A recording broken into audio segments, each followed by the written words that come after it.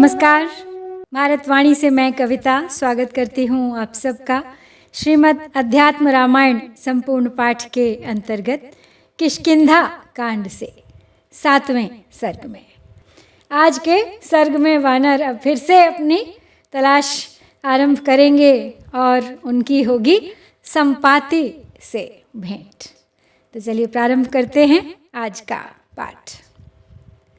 श्री महादेव उवाच अथ तत्र समासीना वृक्षखण्डेषु वानराः चिन्तयन्तो विमुह्यन्तः सीतामार्गणकर्षिताः तत्रोवाचाङ्गदः कांश्चित् वानरान् वानरर्षभः भ्रमतां गह्वरे अस्माकं मासो नूनं गतो अभवत् सीता नाधिगतास्माभिर्न कृतं राजशासनं यदि गच्छाम किष्किन्धां सुग्रीवो अस्मान् हनिष्यति विशेषतः शत्रुसुतं मां मिषान्नि हनिष्यति मयि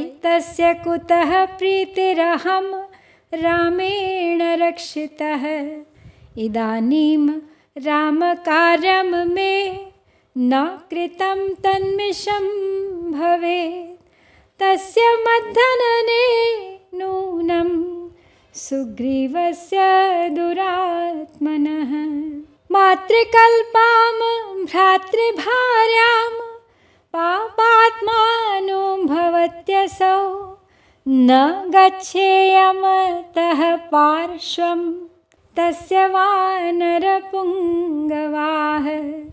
त्यक्ष्यामि जीवितं चात्र येन केनापि मृत्युना इत्यश्रुनयनं केचिद्दृष्ट्वा वानरपुङ्गवाः व्यथिताः साश्रुनयना युवराजं मथा ब्रुवन् किमर्थं तव शोकोऽत्र वयं ते प्राणरक्षकाः भवामो निवसामो अत्र गुहायां भयवर्जिताः।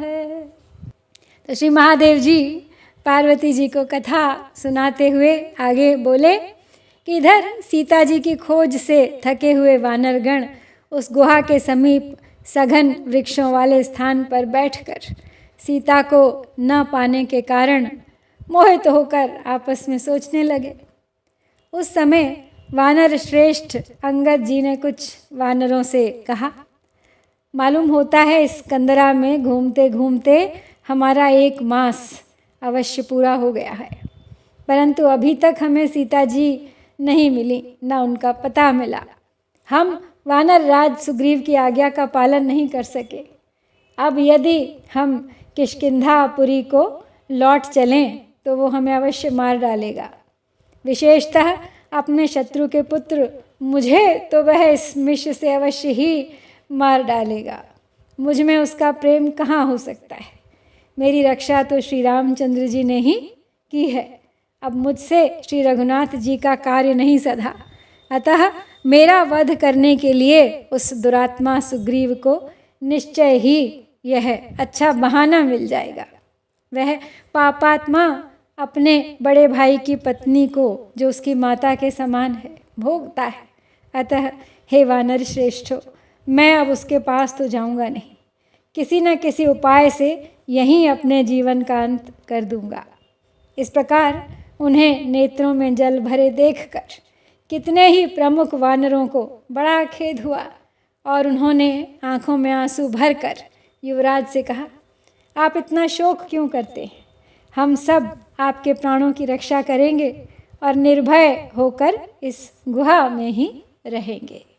सर्व सौभाग्य सहितं पुरम देवा पुरोपमं शनैः परस्परं वाक्यं वदतां मारुतात्मजः श्रुत्वा गदं समालिङ्ग्य प्रोवाच नय कोविदः विचार्यते किमर्थं ते दुर्विचारो न युज्यते। राज्ञो अत्यन्तप्रियस्त्वं हि तारापुत्रो अतिवल्लभः। रामस्य लक्ष्मणात् प्रीतिस्त्वयि नित्यं प्रवर्धते। अतो न राघवात् भीतिस्तव राज्ञो विशेषतः। अहं तव हिते सक्तो वत्स नान्यं विचारय। गुहावासश्च निर्भेद्य इत्युक्तं वानरैस्तु यत्। तदेतद्रामबाणानां भेद्यं किं जगत्त्रये। ये त्वां दुर्बोधयन्त्येते वानरा वानरर्षभ। पुत्रदारादिकं त्यक्त्वा कथं स्थास्यन्ति ते त्वया। अन्यद्गुह्यतमं वक्ष्ये रहस्यं शृणु मे सुत। रामो न मानुषो देवः साक्षान्नारायणो व्ययः। सीता भगवती माया जनसम्मोहकारिणी। लक्ष्मणो भुवनाधारः साक्षात् शेषः फणीश्वरः। ब्रह्मणा प्रार्थिताः सर्वे रक्षो गणविनाशने। माया मानुषभावेन जाता लोकैकरक्षकाः। वयं च पार्षदाः सर्वे विष्णोर्वैकुण्ठवासिनः। मनुष्यभावमापन्ने स्वेच्छया परमात्मनि। वयं वानररूपेण जातास्तस्यैव मायया। वयं तु तपसा पूर्वमाराध्य जगतां पतिं। तेनैवानुगृहीताः स्मः पार्षदत्वमुपागताः। इदानीमपि तस्यैव सेवां कृत्वैव मायया। पुनर्वैकुण्ठम् आसाद्य सुखं स्थास्यामहे वयम्। इत्यङ्गदं मथाश्वास्य गता विन्ध्यं महाचलं। विचिन्वन्तोऽथ शनकैर्जानकीं दक्षिणाम्बुधेः। तीरे महेन्द्राख्य गिरेः पर्वतं पादमाययुः। तो वानर अंगद को दुखी देख के उसको समझाते हुए आगे कहते हैं कि इसमें जो नगर है वह अमरावती पुरी के समान समस्त सुख सामग्रियों से संपन्न है। इस प्रकार उनके आपस में धीरे धीरे कहे हुए ये शब्द नीति निपुण श्री हनुमान जी के कानों में पड़े तो उन्होंने अंगद जी को हृदय से लगाकर कहा, अंगद तुम ऐसी चिंता क्यों करते हो? तुम्हें किसी प्रकार की दुर्भावना नहीं करनी चाहिए। तुम तारा के अत्यंत लाडले लाल हो, अतः महाराज सुग्रीव को भी तुम बहुत प्रिय हो और श्री रामचंद्र जी की तो तुम में नित्य प्रति लक्ष्मण जी से भी अधिक प्रीति बढ़ती जाती है। इसलिए तुम्हें श्री रघुनाथ जी या राजा सुग्रीव से किसी प्रकार का खटका नहीं होना चाहिए। और फिर मैं भी सब प्रकार तुम्हारा हित करने में तत्पर हूँ। अतः हे वत्स, तुम किसी ऐसी वैसी बात की चिंता मत करो। और इन वानरों ने जो कहा कि गुहा में किसी प्रकार का खटका न होगा, सो त्रिलोकी में ऐसी कौन सी वस्तु है जो भगवान राम के बाणों के लिए अभेद्य हो। तो हे कपिश्रेष्ठ, जो वानरगण तुम्हें यह बुरी सलाह दे रहे हैं वे भी अपनी स्त्री और बालकों को छोड़कर तुम्हारे साथ कैसे रह सकेंगे भला। इसके सिवाय बेटा एक अत्यंत गुप्त रहस्य और बताता हूँ, सावधान होकर सुनो। भगवान राम कोई साधारण मनुष्य नहीं हैं, वे साक्षात निर्विकार नारायण देव हैं। भगवती सीता जी जगन मोहिनी माया हैं और लक्ष्मण जी त्रिभुवनाधार साक्षात नागनाथ शेष जी हैं। ये सब ब्रह्मा जी की प्रार्थना से राक्षसों का नाश करने के लिए माया मानव रूप से उत्पन्न हुए हैं। इनमें से प्रत्येक त्रिलोकी की रक्षा करने में समर्थ है।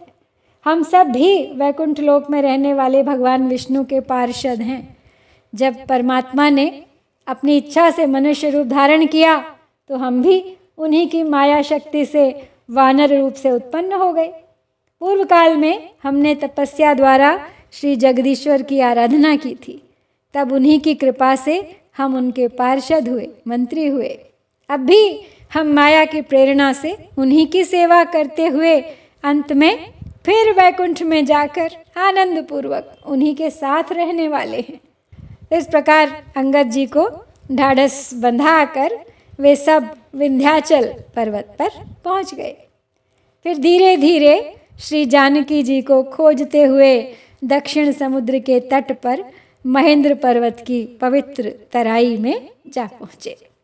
दृष्ट्वा समुद्रम दुष्पारम अगाधम भयवर्धनम वानरा भय संत्रस्ताः किं कुर्मैति वादिनः निषेधुरुदधे स्थिरे सर्वे चिंता समन्विताः मन्त्रयामासुरन्योन्यमङ्गदाद्या महाबलाः भ्रमतो मे वने मासो गतो अत्रैव गुहान्तरे न दृष्टो रावणो वाद्य सीता वा जनकात्मजा सुग्रीवस्तीक्ष्णदण्डो अस्मान् निहन्त्येव न संशयः सुग्रीववधतो अस्माकं श्रेयः प्रायोपवेशनम् इति निश्चित्य तत्रैव दर्भानास्तीर्य सर्वतः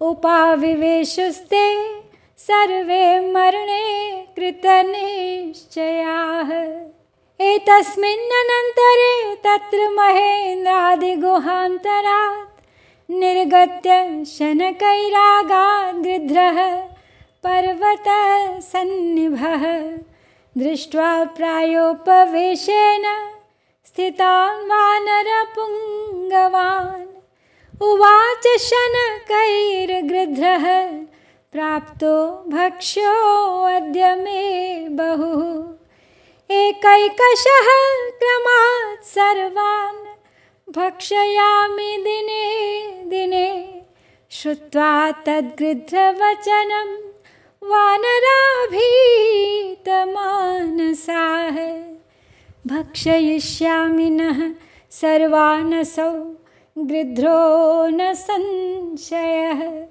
रामकार्यं च नास्माभिः कृतं किञ्चिद्धरीश्वराः सुग्रीवस्यापि चाहितं न कृतं स्वात्मनामपि वृथानेन वधं प्राप्ता गच्छामो यमसादनम् अहो जटायुर्धर्मात्मा रामस्यार्थे मृतः सुधीः मोक्षं प्राप दुरावापं योगिनामप्यरिन्दमा सम्पातिस्तु तदा वाक्यं श्रुत्वा वानरभाषितं केवायूयं मम भ्रातुः कर्णपीयूषसन्निभं जटायुरिति नामाद्य व्याहरन्तः परस्परम् उच्यतां वो भयं मा भून्मत्तः प्लवगसत्तमाः। तो जानकी जी को खोजते हुए सब महेंद्र पर्वत की तराई में पहुंच गए और वहां पहुंचने पर वे अपार अगाध और भय को बढ़ाने वाले समुद्र को देखकर भयभीत हो गए और एक दूसरे से कहने लगे कि अब क्या करना चाहिए। अंगद आदि समस्त महापराक्रमी वानर अति चिंताग्रस्त होकर समुद्र तट पर बैठ गए और आपस में सलाह करने लगे। अहो, वन में घूमते घूमते हमें 1 मास तो उस गुहा में ही बीत गया, परंतु रावण अथवा जनक नंदिनी सीता को हम अभी तक नहीं देख सके। राजा सुग्रीव बड़ा दुर्दंड है, वह हमें निस्संदेह मार डालेगा। सुग्रीव के हाथ से मरने की अपेक्षा तो प्रायोपवेशन अर्थात अन्न जल छोड़कर हम मर जाएं, बस इसी में हमारा कल्याण है। ऐसा निर्णय करके वे सब जहाँ तहाँ कुशा बिछाकर मरने का निश्चय कर वहीं बैठ गए। अब उसी समय महेंद्र पर्वत की कंदरा से निकलकर वहाँ एक पर्वताकार गृध्र धीरे धीरे चलकर आया। उन बड़े बड़े वानरों को प्रायोपवेशन के लिए बैठे देख वो मंद स्वर में कहने लगा, अगर ये प्रायोपवेशन करेंगे अर्थात अन्न जल छोड़कर ये जब मर जाएंगे तो मुझे एक साथ बहुत सारा भोजन प्राप्त हो जाएगा, तो अब मैं इन सब को नित्य प्रति क्रमशः एक एक करके फिर खाऊंगा। तो गृध्र के ये वचन सुन के वे समस्त वानर भयभीत होकर कहने लगे, अहो निस्संदेह अब यह गीध हमको खा जाएगा।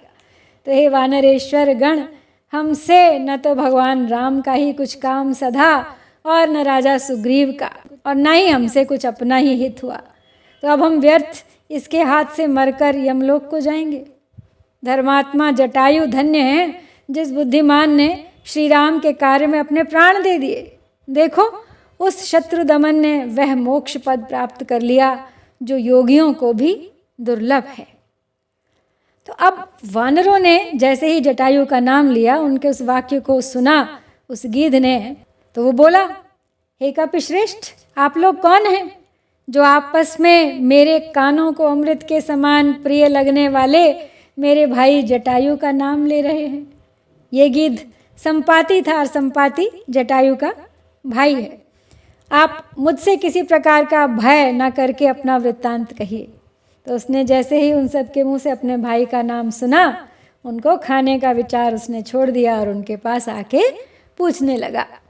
तमुवाचांगदः श्रीमान उत्थितो गृध्र सन्निधौ रामो दाशरथिः श्रीमान लक्ष्मणेन समन्वितः सीतया भार्यया सार्धं विचचार महावने तस्य सीता हृता साध्वी रावणेन दुरात्मना मृगयां निर्गते रामे लक्ष्मणे च हृता बलात् राम रामेति क्रोशन्ति श्रुत्वा गृध्रः प्रतापवान् जटायुर्नाम पक्षीन्द्रो युद्धं कृत्वा सुदारुणं रावणेन हतो वीरो राघवार्थं महाबलः रामेण दग्धो रामस्य सायुज्यमगमत्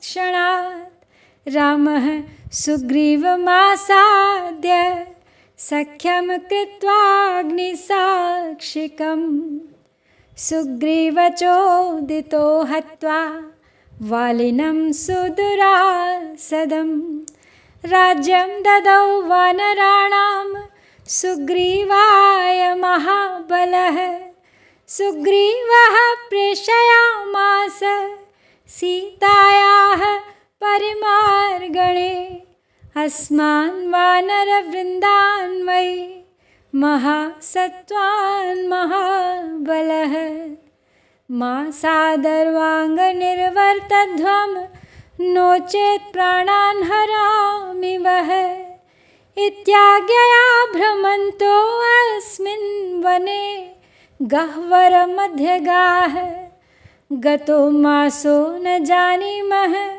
सीतां वा रावणं च वा मर्तुं प्रायोपविष्टाः स्मस्तीरे लवणवारिधेः यदि जानासि हे पक्षिन् सीतां कथयनः शुभाम् अंगदस्य वचः श्रुत्वा संपातिर्हृष्टमानसः।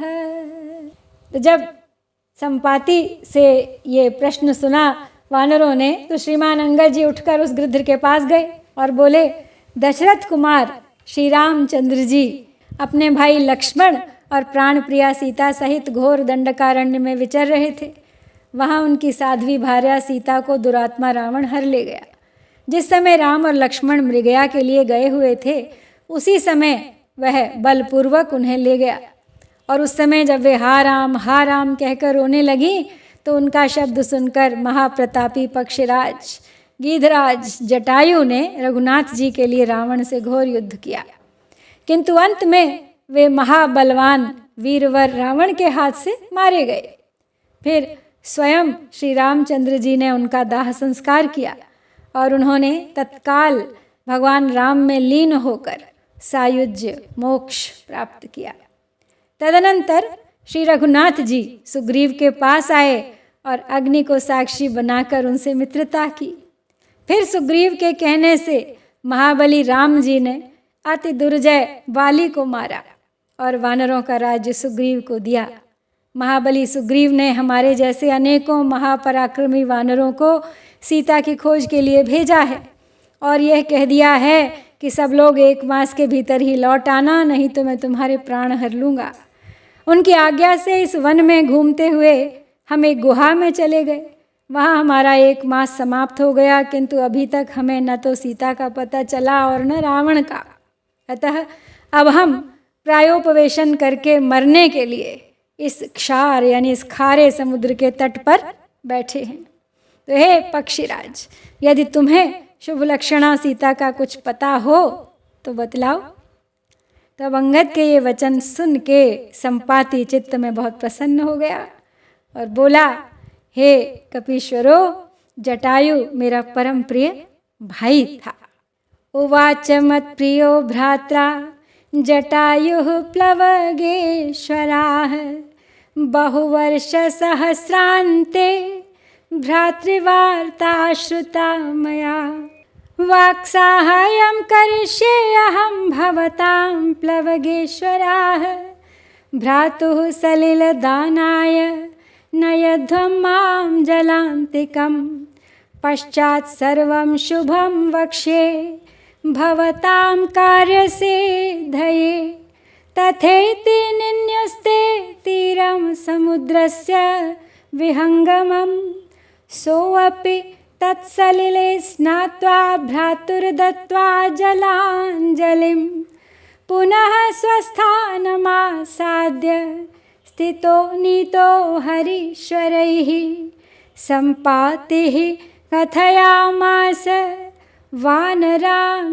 परिहर्षयन् लंका नाम नगर्यास्ते त्रिकूटगिरिमूर्धनि तत्राशोकवने सीता राक्षसीभिः सुरक्षिता समुद्रमध्ये सा लंका शतयोजन दूरतः दृश्यते मे न संदेहः सीता च परिदृश्यते गृध्रत्वात् दूरदृष्टिर्मे नात्र संशयितुं क्षमं शतयोजनविस्तीर्णं समुद्रं यस्तु लङ्घये सा एव जानकीं दृष्ट्वा पुनरायास्यते ध्रुवम् अहमेव दुरात्मानं रावणं हन्तुमुत्सहे भ्रातुर्हन्तारमेकाकी किन्तु पक्षविवर्जितः यतध्वमति यत्नेन लङ्घितुं सरितां पतिं ततो हन्ता रघुश्रेष्ठो रावणं राक्षसाधिपम् उल्लङ्घ्य सिन्धुं शतयोजनायतं लङ्कां प्रविश्याथ विदेह कन्यकाम् दृष्ट्वा समाभाष्य च वारिधिं पुनः तर्तुं समर्थः कतमो विचार्यताम्। तो अंगद की जब बात सुनी तो संपाति ने कहा कि जटायु तो मेरा भाई था। आज कई सहस्र वर्षों के अनंतर मैंने अपने भाई का समाचार सुना है। हे वानरों, मैं बातों से अवश्य आप लोगों की कुछ सहायता करूँगा। पहले भाई को जलांजलि देने के लिए मुझे जल के पास ले चलो, फिर आप लोगों की कार्य सिद्धि के लिए जो ठीक होगा वह सब बतलाऊंगा। तब बहुत अच्छा कहकर वे संपाति को समुद्र तट पर ले गए। वहाँ पहुंचकर उसने जल में स्नान कर भाई को जलांजलि दी। तदनंतर वानरगण उसे उसके स्थान पर ले गए। वहाँ बैठकर संपाति अपने वचन से वानरों को आनंदित करता हुआ बोला। त्रिकूट पर्वत पर लंका नाम की एक नगरी है।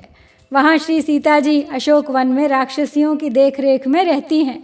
वह लंकापुरी यहाँ से 100 योजन की दूरी पर समुद्र के बीच में है, इसमें संदेह नहीं। मुझे तो वह और सीता जी यहीं से दिख रही हैं, आप लोग इसमें संदेह ना करें। गीध होने के कारण मेरी दृष्टि बहुत दूर तक जाती है। आप में से जो कोई 100 योजन समुद्र को लांघ सकता हो वही निश्चय जानकी जी को देखकर आ सकता है। मेरे भाई को मारने वाले इस दुरात्मा रावण को मारने में तो मैं अकेला ही समर्थ हूँ, परंतु करूँ क्या, मेरे पंख नहीं रहे। आप लोग किसी न किसी तरह समुद्र लांघने का प्रयत्न कीजिए, फिर राक्षस राज रावण को तो श्री रघुनाथ जी स्वयं ही मार डालेंगे। आप लोग अब यह विचार करें कि आप में से ऐसा शक्तिशाली कौन है जो 100 योजन विस्तार वाले समुद्र को लांघ कर लंका में जाएगा और श्री जानकी जी से मिलकर तथा उनके साथ संभाषण कर फिर समुद्र पार करके लौट आएगा। तो संपाति के साथ वानरों की भेंट हो गई है और सीता का पता संपाति ने बता दिया है। अब फैसला यही करना है कि कौन 100 योजन समुद्र लांघ कर आगे जाएगा। इसके साथ ही हम श्रीमद् अध्यात्म रामायण के किष्किंधा कांड से ये 7वां सर्ग यहाँ समाप्त करते हैं। इति श्रीमद् अध्यात्म रामायणे उमा महेश्वर संवादे किष्किंधा कांडे 7वां सर्ग। जय श्री सीताराम, जय भारत।